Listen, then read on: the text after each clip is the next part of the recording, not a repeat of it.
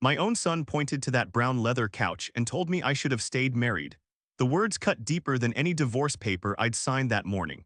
I raised Holden from diapers to diplomas. Taught him to ride a bike, to throw a curveball, to shake hands like a man.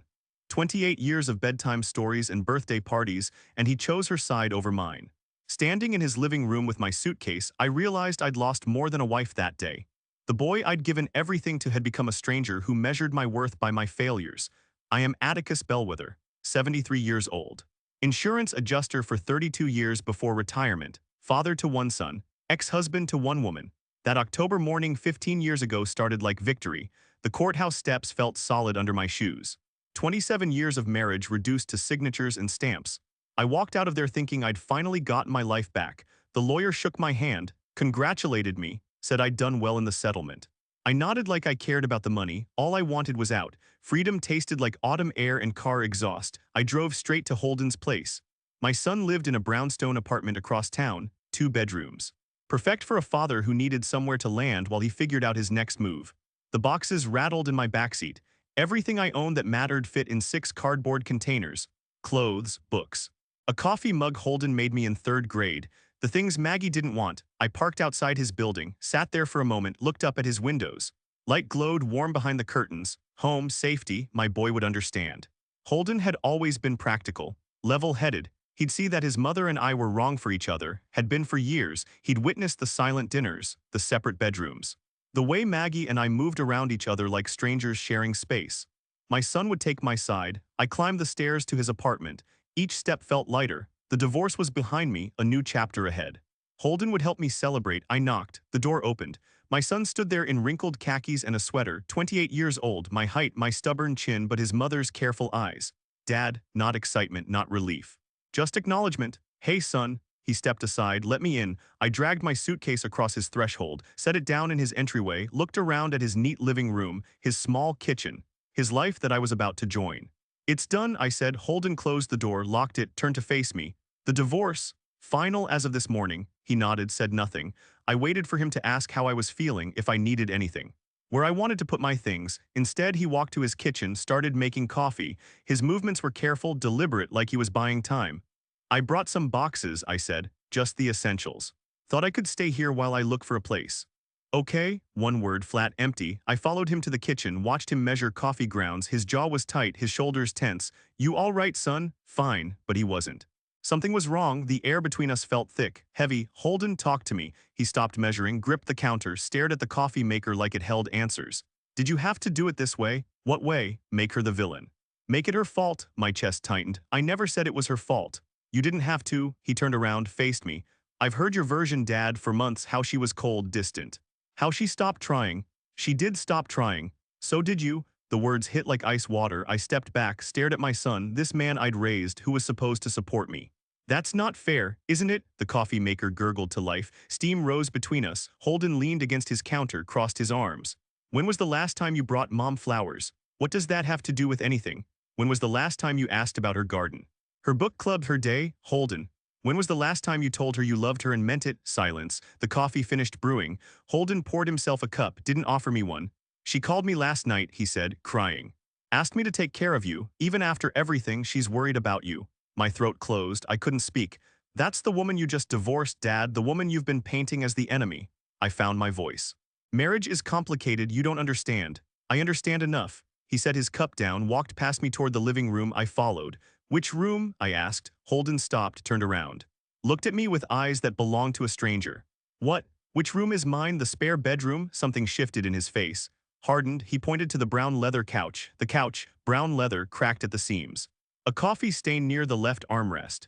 This was where my son thought I belonged. Not the spare bedroom with its clean sheets and morning light. Not the guest space any decent son would offer his father. The living room couch. Like a stranger who'd overstayed his welcome, I stared at it, then at him. You're joking.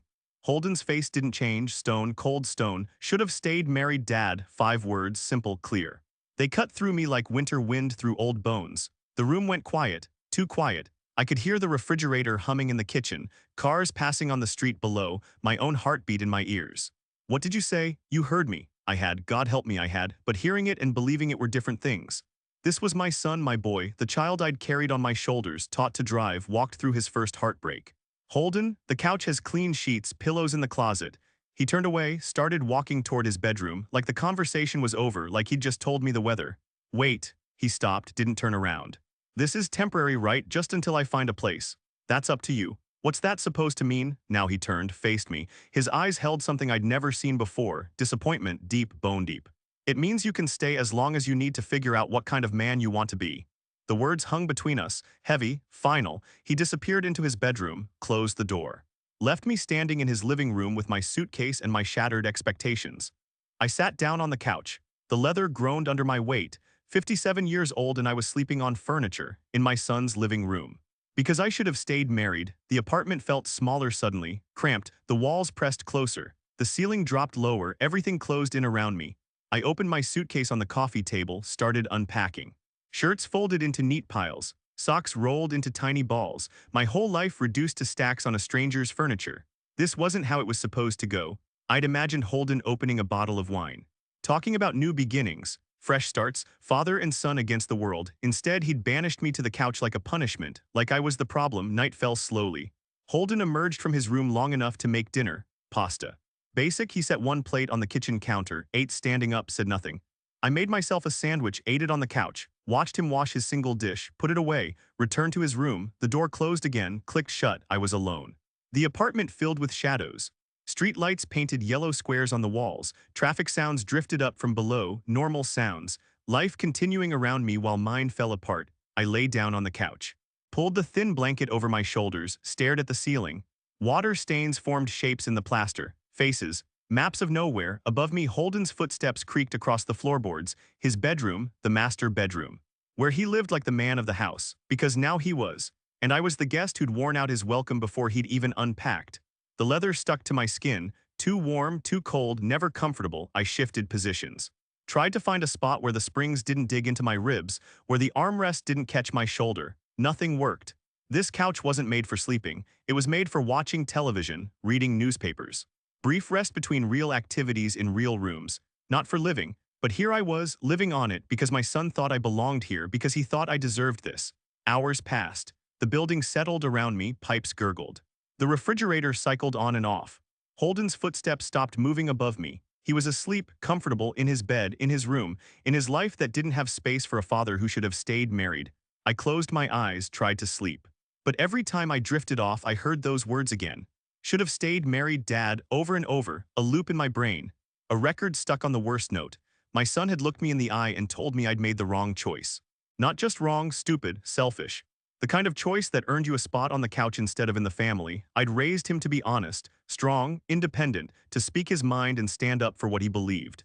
I just never thought he'd use those qualities against me. The clock on his kitchen stove glowed green in the darkness. 2:17, 2:38, 3:15, time crawled. Each minute felt like an hour, each hour like a day. I was tired, bone tired, but sleep wouldn't come, the couch wouldn't let it, the words wouldn't let it. Should have stayed married, like it was that simple. Like 27 years of growing apart could be fixed with stubbornness and denial. Like staying in a dead marriage was noble instead of cowardly, but maybe that's what sons wanted from fathers. Commitment, perseverance.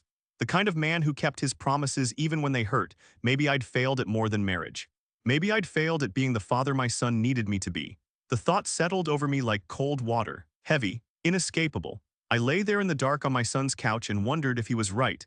Days blurred together on that couch. Monday, Tuesday, time lost meaning when you lived between cushions and coffee table crumbs. Holden left for work at 7 sharp, returned at 6:30. We developed a routine of avoidance. He made coffee for one. I waited until he left to make mine. We were strangers sharing space, but the nights were worse. The silence pressed down like weight. I'd lie there listening to him move around upstairs, normal sounds. A man living his life while I existed on the margins. That's when the memories started coming.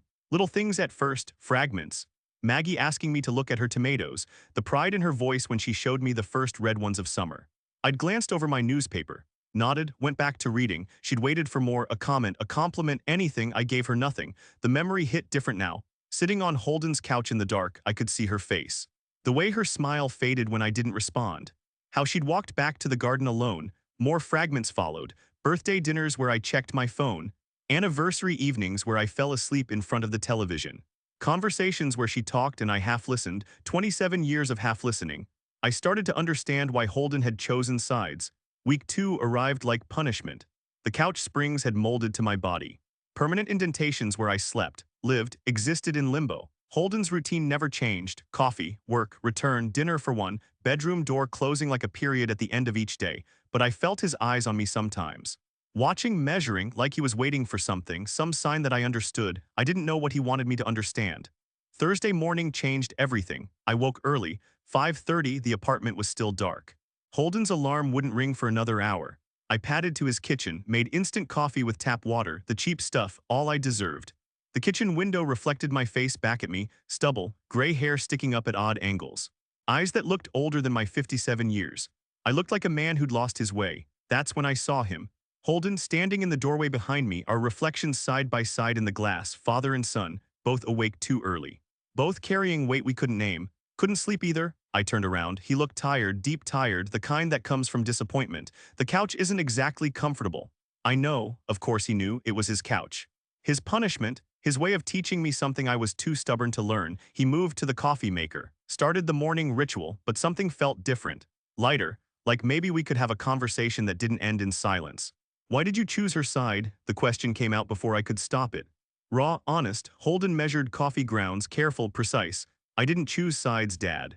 I chose what was right. What's that supposed to mean? It means I watched you both for 27 years. I saw who tried and who gave up. The words cut clean, sharp, true. Marriage is complicated.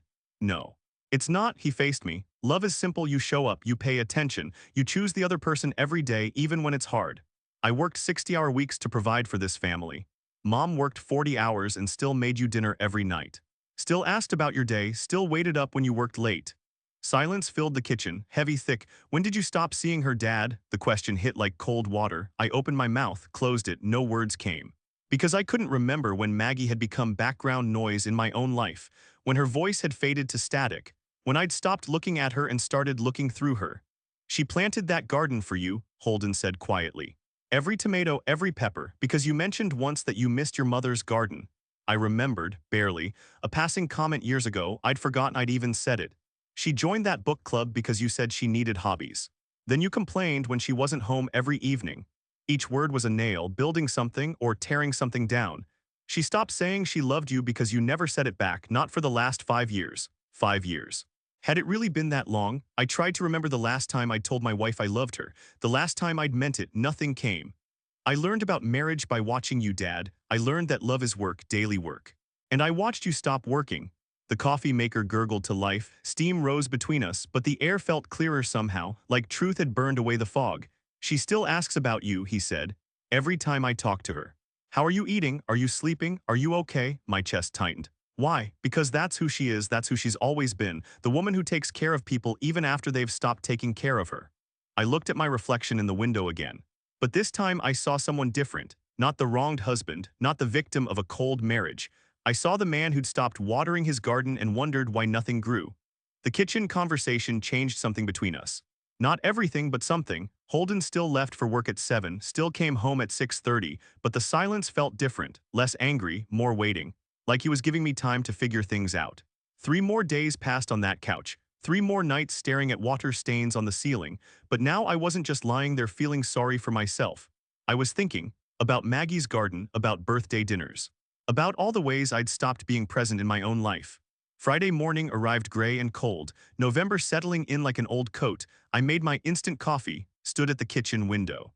Watched my reflection like it might tell me something new, footsteps behind me. Holden appeared in the doorway, earlier than usual, still in his pajamas. He moved to the coffee maker, started his routine. But this time he pulled down 2 mugs instead of 1. Real coffee, not instant. He poured mine first, set it on the counter beside me. The steam rose between us like incense, like forgiveness. We stood there drinking coffee in silence. Father and son both learning how to be in the same room again. I'm going to look for an apartment today, I said. Holden nodded, sipped his coffee. Good, not good riddance, not about time, just good. Like he approved of the decision, but not for the reasons I expected. Why good? Because you're ready. Ready for what? To stop running. I looked at him, this man I'd raised, who'd become wiser than his father somewhere along the way. I wasn't running. Yes, you were, from mom, from responsibility, from the man you used to be. He was right. I'd been running for years, even before the divorce, running from conversations, from connection. From the work it takes to love someone, The couch was never about punishment, Dad, I waited. It was about stopping, making you sit still long enough to see what you'd lost. The coffee tasted different, better. Like something I deserved instead of something I was settling for. Did it work? Holden almost smiled. Almost. You tell me. I spent that day apartment hunting. Small places, one bedroom, nothing fancy. I wasn't looking for luxury, just somewhere to start over. The third place felt right, a studio on the east side. Big windows, good light, a kitchenette where I could learn to cook for one. I signed the lease that afternoon. Moving day came 2 weeks later. Not much to pack, 6 boxes, 1 suitcase, the accumulated debris of a life that had shrunk to essentials. Holden helped me carry everything downstairs. We loaded his car in silence. Drove across town in more silence, but it was comfortable silence. The kind that comes after hard conversations.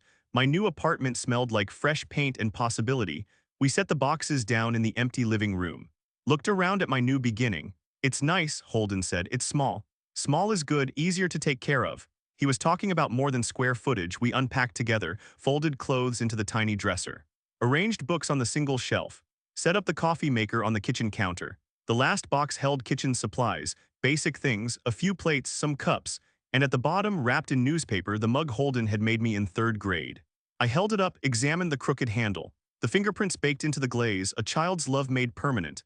I kept it, I said. I know, Mom told me. Of course she had. Maggie noticed everything, remembered everything. Even the small gestures I thought no one saw. She asks about you, Holden said quietly. You told me. She misses you, the words hung between us, heavy with possibility. What am I supposed to do with that? Whatever you want. But maybe start by missing her back. He left me alone in my new apartment, my new life, 4 walls and a window that faced east. Morning light, new beginnings. I made coffee in my crooked mug, sat on my single chair. Looked around at everything I had left. It wasn't much, but it was honest. The next morning I walked to the garden center, bought small pots, herb seeds, basil, oregano, parsley, the things Maggie had grown in our backyard garden. I lined them up on my windowsill, watered them carefully, talked to them like she used to do. Growing things takes patience, daily attention, the kind of care I'd forgotten how to give, but I was learning. Weeks passed, the herbs sprouted. Tiny green shoots reaching toward the light. I tended them every morning, watered them, watched them grow. It became a ritual, a meditation. A way of practicing love on something small before attempting something bigger. Spring came early that year. The herbs had grown tall and strong. My windowsill garden thriving under careful attention. That's when I called Maggie. Her voice sounded surprised, hopeful, careful. Atticus. Hello, Maggie. Silence. But not the angry kind, the waiting kind. I planted herbs, I said. She laughed, soft, surprised. Did they grow? They did. That's good. Plants need daily care. I'm learning that. More silence, but warmer now. Would you like to have coffee sometime? I asked. I'd like that. I make it better now, real coffee, not instant. I'd like that too. The call ended with plans, small ones, coffee at a neutral place, but it was a beginning. I looked at my herbs on the windowsill, green and alive. Proof that with patience and attention things could grow again. The couch had taught me what I needed to know, that love isn't a feeling, it's a practice, daily, deliberate. The choice to tend something until it flourishes. I was ready to practice again.